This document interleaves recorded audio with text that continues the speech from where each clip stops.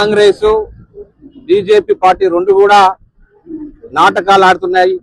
ఈరోజు ఇవ్వవలసిన BJP party ఇవ్వట్లేదు, పోరాటాలు చేసిన కాంగ్రెస్ పార్టీ కూడా రోడ్డు మీదకి ఎక్కి పోరాటాలు చేయట్లేదు. కాబట్టి ఈ రెండు పార్టీలను కూడా మేము ఖచ్చితంగా ఖండిస్తున్నాం. ఈరోజు మా పోరాటం అంతా కూడా బీజేపీ కాంగ్రెస్ పార్టీ మీదని చెప్పి మేము చెప్తున్నాం. ఈరోజు ఖచ్చితంగా మరి 56% జనాభా ఉంది రాష్ట్రంలో చెప్పి తేల్చి చెప్పిన ఈ కాంగ్రెస్ ప్రభుత్వం మేము 42% రిజర్వేషన్లు ఇస్తామని చెప్పి అసెంబ్లీలో బిల్లు పెట్టడమే కాదు, బిల్లు పెట్టినంత మాత్రాన నీకు ఇక్కడ రాజ్యాంగంలో సవరణ చేయనంత మాత్రం రాష్ట్రంలో రిజర్వేషన్లు సాధ్యం కాదు. ఇది తెలిసిన ప్రభుత్వాలు కూడా ఈ రోజు ఉద్యమవాపు కేంద్రం పైన ఉద్యమం చేయడానికి ఎందుకు రావట్లేదని చెప్పి ఈరోజు కాంగ్రెస్ ప్రభుత్వం నడుతున్నాం.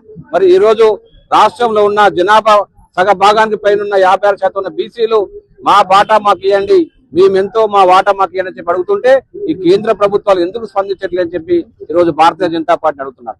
ఈరోజు తెలంగాణలో మరి వేరే ప్రాంతాల వాళ్ళు వచ్చి ఇక్కడ తెలంగాణ ప్రాంతాన్ని దోచుకుంటున్న తరుణంలో తెలంగాణ ప్రాంతం వాళ్ళు మా ప్రాంతం మాకు కావాలి, మా తెలంగాణ రాష్ట్రం మాకు కావాలని ఎలా అయితే పోరాటారో తెలంగాణ పోరాటాల స్ఫూర్తిగా చేసుకొని ఇక్కడ బీసీలందరూ కూడా జనాభాలో సగ భాగానికి పైన మాకు మా వాటా మాకు ఇవ్వాలని డిమాండ్ తోటి ఈరోజు రోడ్డుకి ఎక్కుతున్నాం.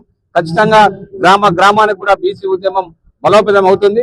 రాబోయే రోజుల్లో ఖచ్చితంగా గ్రామంలో రోడ్ల మీదకి ఎక్కి ఖచ్చితంగా ఈ కాంగ్రెస్ బీజేపీ అన్ని పార్టీలను కూడా మేము ఖచ్చితంగా నిలదీస్తాం. ఖచ్చితంగా రోడ్ల మీదకి వంట వార్పులు, రోడ్డు మీద రోడ్ రోకాలు, రాష్ట్ర రోకులు, రైలు రోకుల ద్వారా మా యొక్క నిరసన తెలియజేసి ఖచ్చితంగా ఢిల్లీ కేంద్రంగా కేంద్ర ప్రభుత్వం మెడలు వంచైన బీసీ రిజర్వేషన్ సాధన కోసం పోరాడతాం.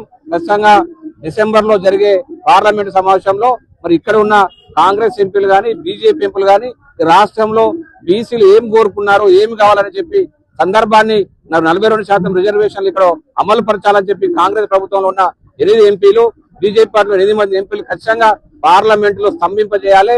పార్లమెంట్ లో 42% రిజర్వేషన్ మీద ఖచ్చితంగా ఈ ఎంపీలు మాట్లాడాలని చెప్పి సందర్భంగా రాష్ట్రంలో ఉన్న పార్లమెంట్ సభ్యులందరూ కూడా మేము వేడుకుంటున్నాం. లేని పక్షంలో ఈ రాబోయే రోజుల్లో ఖచ్చితంగా బీసీల యొక్క రాజకీయ పార్టీని పెట్టి ఖచ్చితంగా అగ్రవర్ణాల పార్టీలను లేకుండా చేసి ఖచ్చితంగా బీసీలే రాజకీయాలు వచ్చే విధంగా బీసీ పార్టీ పెట్టి మేము ముందుకు వెళ్తామని చెప్పి కోణంలో బీసీలందరూ కూడా బహిరంగమవుతున్నారు. కాబట్టి మా బీసీ ఉద్యమం